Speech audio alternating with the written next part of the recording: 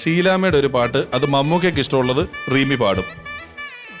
മമ്മൂക്ക എന്നോട് പറയാണ്ട് പറഞ്ഞു ഒരു പാട്ട്. അല്ല, കണ്ണും കണ്ണും ലിറിക്സ് അറിയാം. കണ്ണും കണ്ണും നോക്കി ഞങ്ങൾ ഒരു പാട്ട് കൈമാറി. മമ്മൂക്ക റീമിയോ?